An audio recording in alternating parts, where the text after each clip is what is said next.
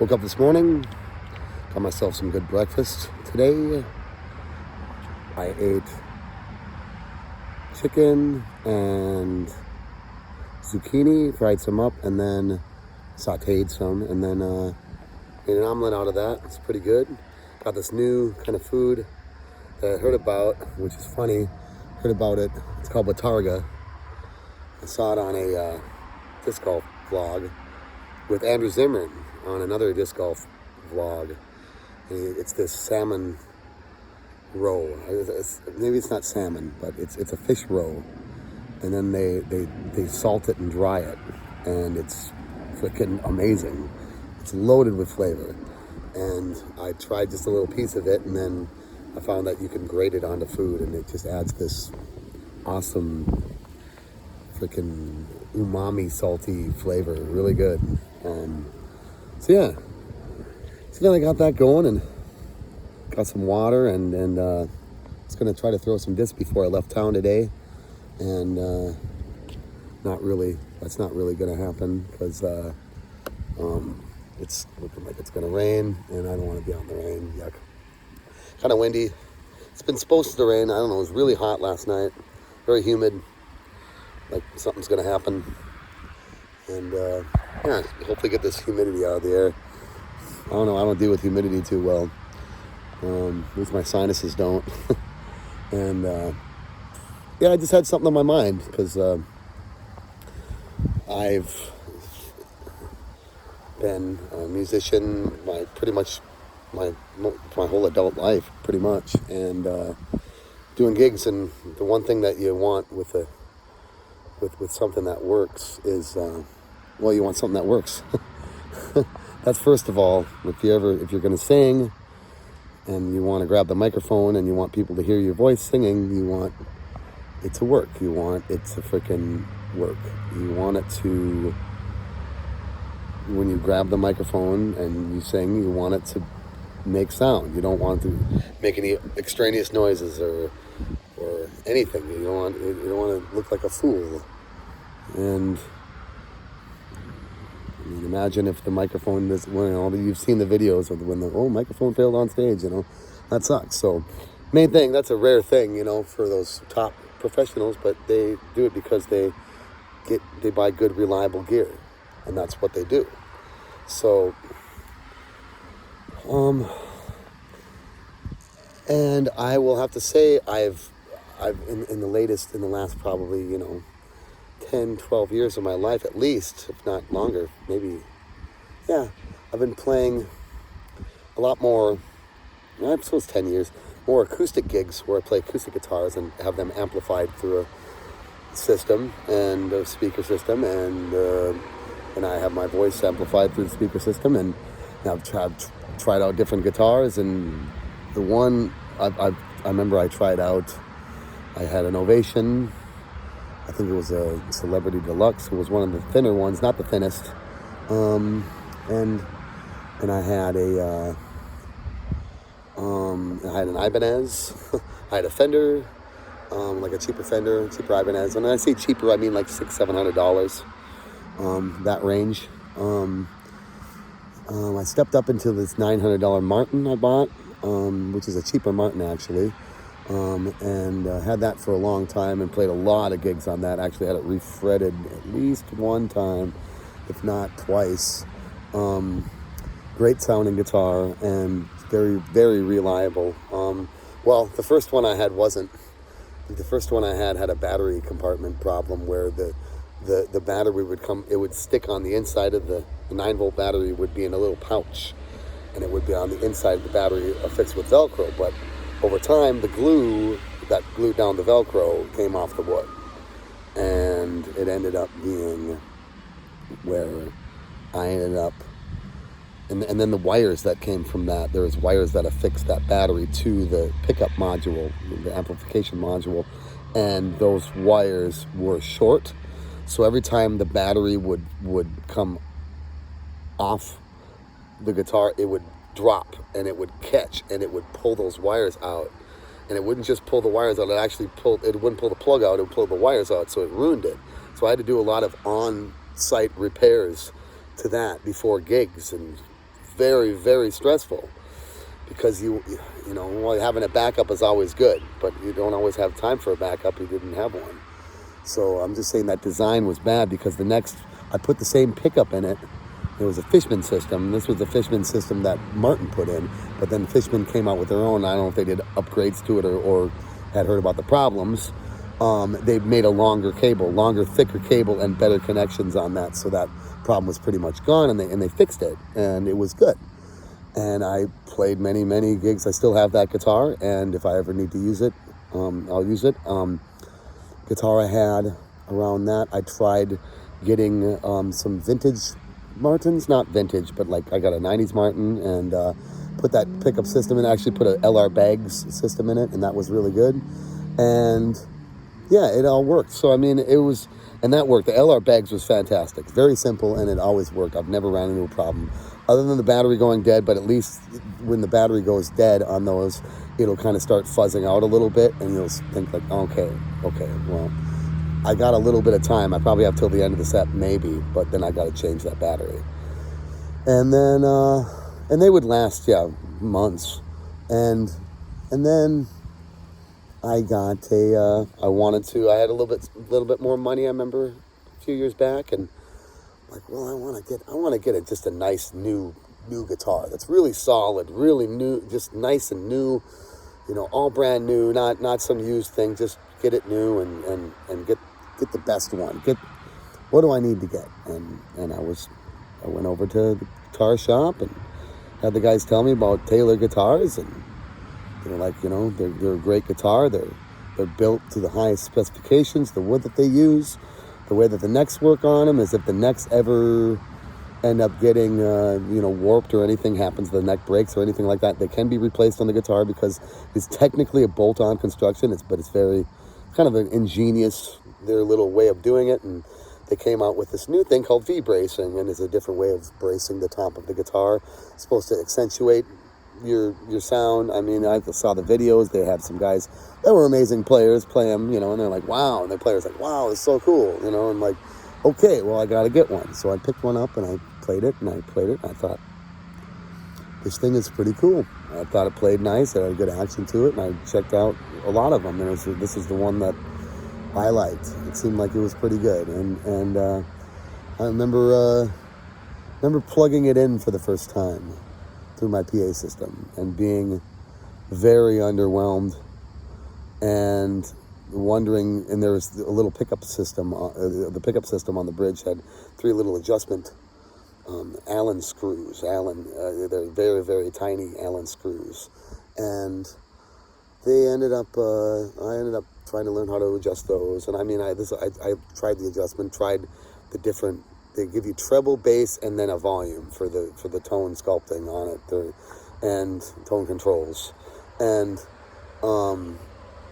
yeah, it was kind of you could get different sounds out of it, like if you turn both of them all the way up, or you had one all the way down, it would maybe accentuate different frequencies and things like that. But that was kind of, to me, kind of had that it had a hollow sound.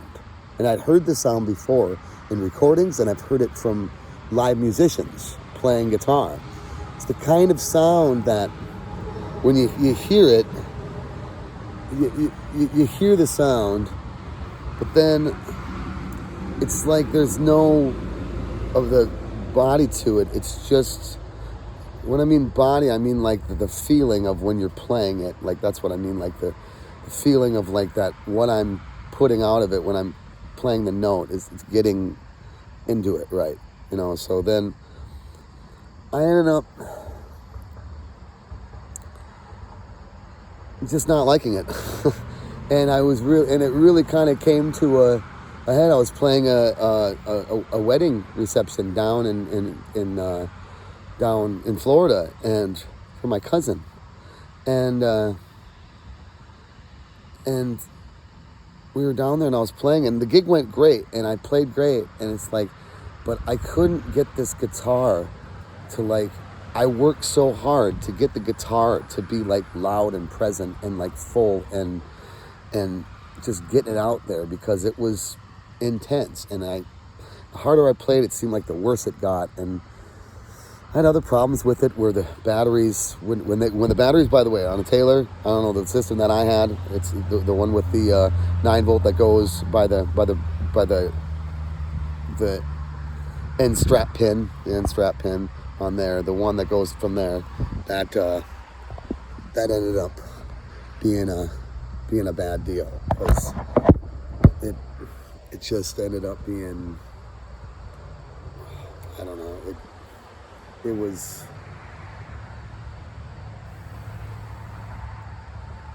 it just never worked right. I mean, like, and then, when it would go out, it would just go out. It would be done. It would not have withstood what was actually happening. So, I mean, and so it would just quit. It's like, so you're in your gig and you're playing, and then done. And like nothing. Not even distorted. It would be distorted for maybe not even a minute. And then done. And I'm like, fuck. So I'm like, I gotta have a battery. Better have a battery ready. Fucking hit the mute button. Unplug my guitar. Change out the battery. Try not to break the thing, because it's a very little plastic fucking thing that you could just snap pretty quick. I've seen it. I used to fix copy machines. I know about plastic. And so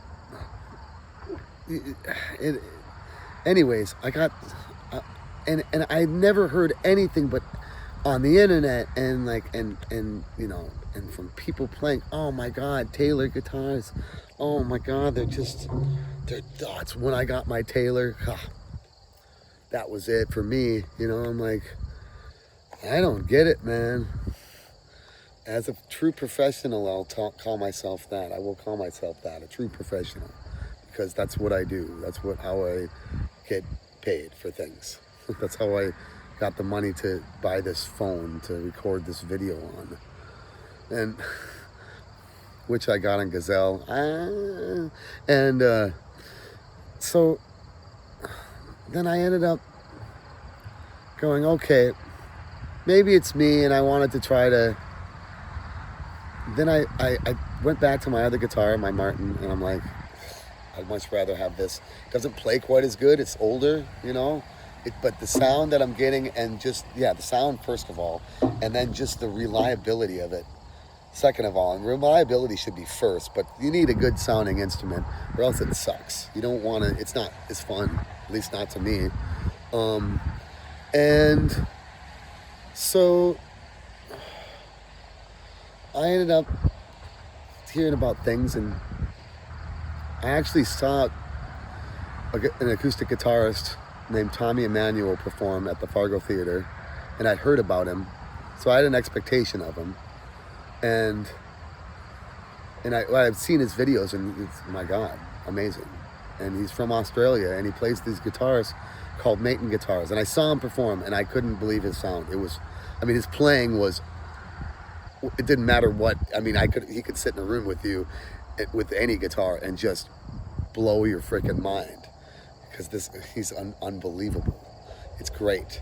But he had this guitar sound, I remember, that just, it was so clear, and it was so rich and so full. Like, he even described it, he goes, it sounds like you're actually inside the guitar while I'm playing, you know. And that's, and he mentioned the sound engineer too. But the kind of guitar he's playing is called a Maton, and his is his own model. It's a TE-808, and that's like a kind of like a smaller dreadnought shape, but they're deep. And anyway, so I'd heard about these guitars, and I'd been curious about them, and then I heard that my friends over at Flatland Guitar were gonna end up getting them in there, and they got some in there, and I tried one out, and I thought, for the sound of the guitar, I thought it sounded good. I thought it sounded like an acoustic guitar should sound. It sounded good. It didn't sound like Martin. It didn't sound like a Taylor. It just kind of sounded pretty good. Reminded me kind of an Ibanez that I used to have, but that Ibanez didn't sound like this, and it sounded way better. It's like what the Ibanez wanted to be. And so I ended up going, playing that guitar, actually plugging it in, bringing my other guitar in to compare it to, plugging that in, comparing it to different guitars, playing that. I'm like, wow, this sounds good. And I had all the controls flat, and I'm like, this sounds good. And I brought it out. I think the first time I used it was at a gig outside, it was downtown in Castleton, North Dakota. I did a gig outside a couple bars down there, and over there. And I ended up playing it, and I just thought, holy crap, like, there it is. And I played, and I just started playing again. I just started playing like I could just play all this stuff, and this music is in the air, and I could just make it. It was just awesome. It made me feel so good.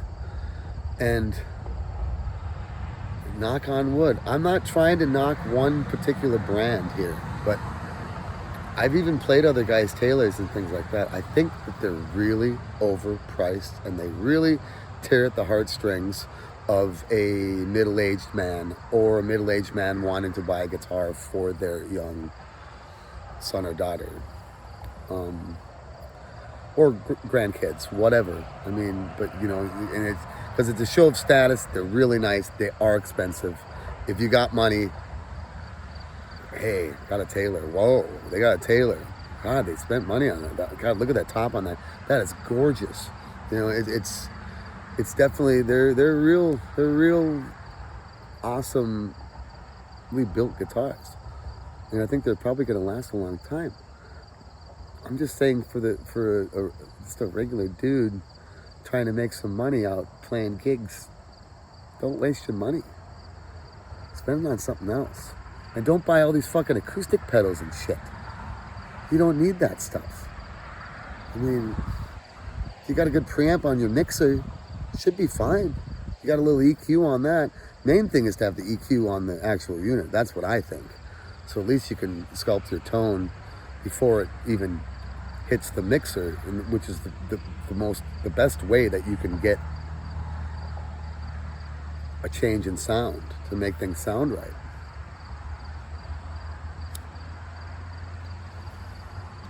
So I don't know.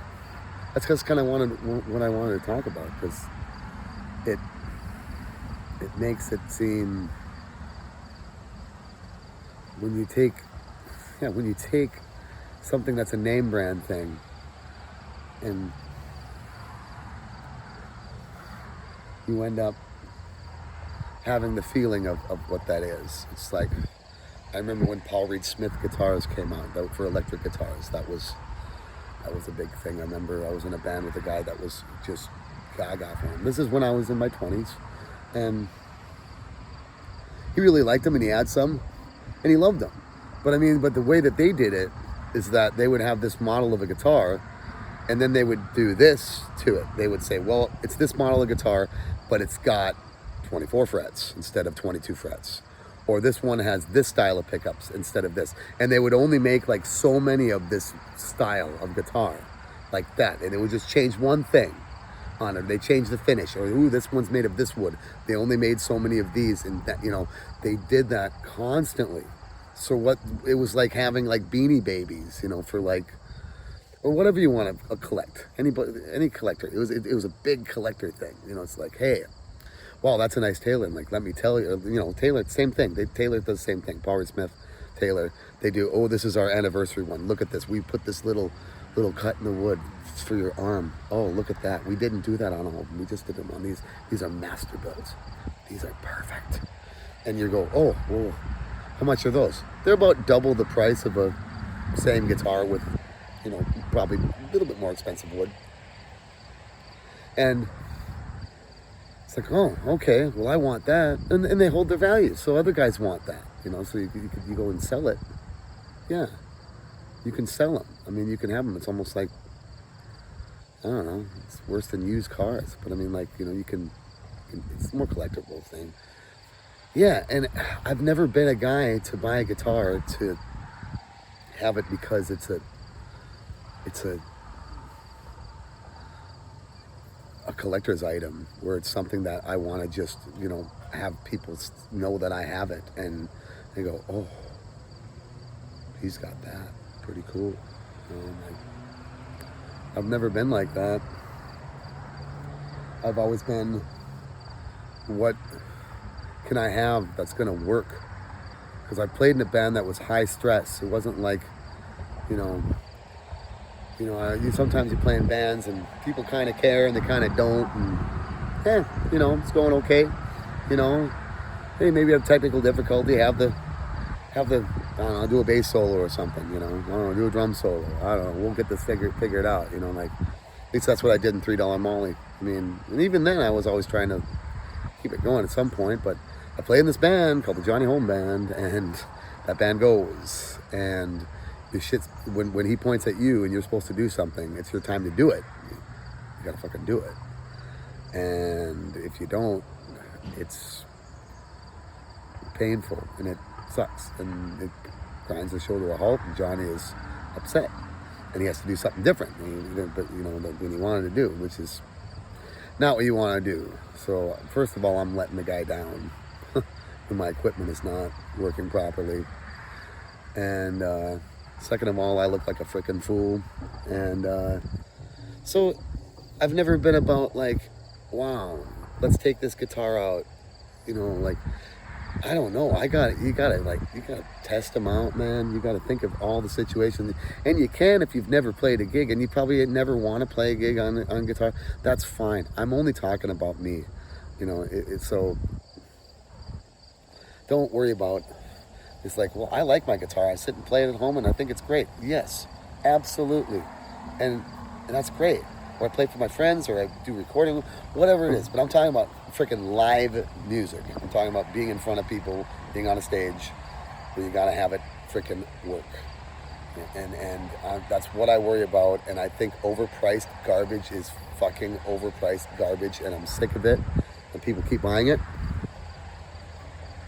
They do. They keep buying it, and it ends up being just. And maybe I'm happy. It's funny because, they go, wow, your guitar sounds good. What kind is it? I go, it's Maton. Oh, never heard of that. I'm like, well, yeah. Do some research. Don't just, sorry to guys at stores and stuff that are selling guitars, but don't just go by what a guy says, and don't even go by a review. Like a guy, that guy doesn't care about the guitar. That guy's just trying to make a review on a guitar to make it so he gets views on his video. That's all he's doing. He's not like, I like the honest ones where he'll throw a gear review in his show that has nothing to do with it. Or, I like a guy named Glenn Fricker. But even after a while, Fricker, the people start just giving him things, So it's like, that's what they do. It's like when you read a Guitar World article on this new pedal or this new guitar, they gave him the guitar. Like, Taylor gave him the guitar, you know what I mean? Paul Reed Smith gave him the guitar to review. They gave it to him. So, and they're probably gonna work something out with them. Those editors are like, well, hey, we got a new guitar. Who gets this one? I do. I'm next on the list. Whatever. But it ends up being where the review that you're reading is just an advertisement. That's all it is. Because they would maybe say, oh, I don't really like this about this, and that's just my personal taste. But they're not gonna be like, like, wow, this is great, or wow, this, I don't know, I don't know, I didn't like it, that kind of thing. It's like not made that well or whatever, or just didn't like it, felt clunky or something, and didn't sound that good to my ears, whatever. It's all, but you're not gonna get that out of a magazine. You're gonna get that from like talking to actual musicians and people that have tried things, like the guys that actually gig and play in front of people. Like, Paul Gilbert, Joe Satriani, Steve Vai, Eric Johnson, guys that have actually done gigs in front of people where they have to have the guitar on. If it's not, it sucks. It's gone. And then that's why you came to see him. You're like, huh, saw Joe Satriani and he's had guitar troubles all night, like, I don't think that's going to happen. I don't think he's going to let that happen. I think he's going to make sure of that it's not going to happen. And the equipment that he has, and the way he sets his equipment up, and the way that he maintains it, all goes into to keeping his legacy, his fucking professionalism alive. And yeah, the show must go on. So that's all I have to say. Don't buy stuff because of names and what you hear about, you know, like, oh, especially if it's expensive. Do your research, you know, play it, talk to people, see what people think, other than the person selling you the guitar. Sorry, but yeah, and yeah, just go with that, because I really think that, to sum it up, Taylor guitars are overpriced shit.